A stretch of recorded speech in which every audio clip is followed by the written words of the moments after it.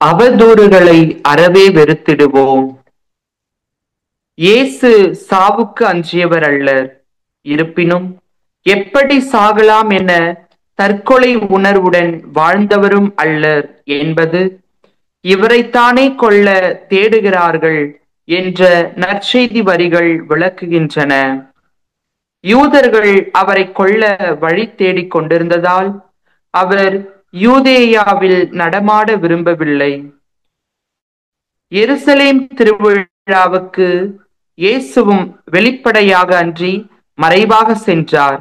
அதே வேளையில் எருசலேமில் அவர் ஒளிந்து திரியவும் இல்லை. வேண்டிய வேளைகளில் அவர் கோவிலில் உரத்த குரலில் போதித்தார்.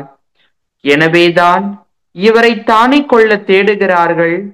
இதோ இங்கே இவர் வெளிப்படையாக பேசிக் கொண்டிருக்கிறாரே, யாரும் இவரிடம் எதுவும் சொல்லவில்லையே என மக்கள் பேசிக்கொண்டனர்.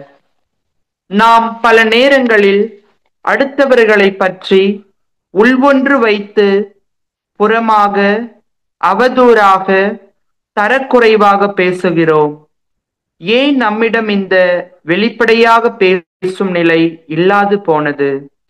இறைவனிடம் உள்ளொன்று வைத்து புறமென்று பேசும் உறவு களவாமை வேண்டும் என்று ஜெபிப்போம். பிறரை பற்றி அவதூறு கூறும் வாய் சொற்களை குறைப்போம். அவர்கள் பற்றிய வாய்மையை குறைக்காதிருப்போம். மக்கள் கும்பல் எங்கு கூடும்? கோயில் திருவிழா எப்பொழுது கொண்டாடப்படும் என்று யூதர்களும் பரிசேயர்களும் காத்து கிடந்தது போல, இன்று நாம் வாழும் இந்த சமுதாயத்தில் நம்மை துன்புறுத்த திட்டமிட்டு வாய்ப்பு தேடி பலர் காத்திருப்பர். நம்மை அவமானப்படுத்த, நமக்கு பொருள் இழப்பு ஏற்படுத்த, நம்மை தனிமைப்படுத்தி மனவேதனை கொடுக்க நம் எதிரிகள் காலம் காலமாக ஆண்டு ஆண்டாக காத்திருக்கலாம், முயற்சி செய்யலாம்.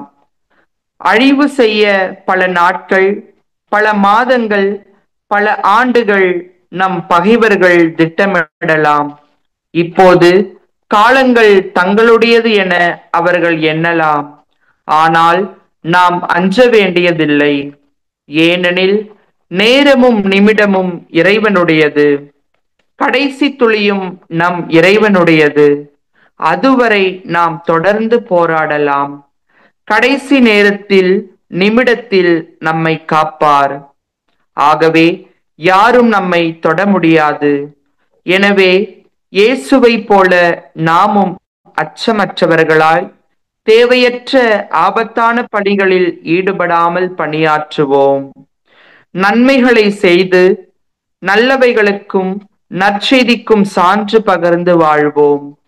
நமக்கென இறைவன் குறித்த நேரம் வரும் வரையில் யாரும் நம்மை தொட முடியாது. நம் நேரம் வரும் வரை யாரும் நம்மை தொட தேவன் அனுமதிக்க மாட்டார் என்ற உறுதியான நம்பிக்கை கொள்வோம். இறையோடு இறையருளுக்காய் காத்திருப்போம்.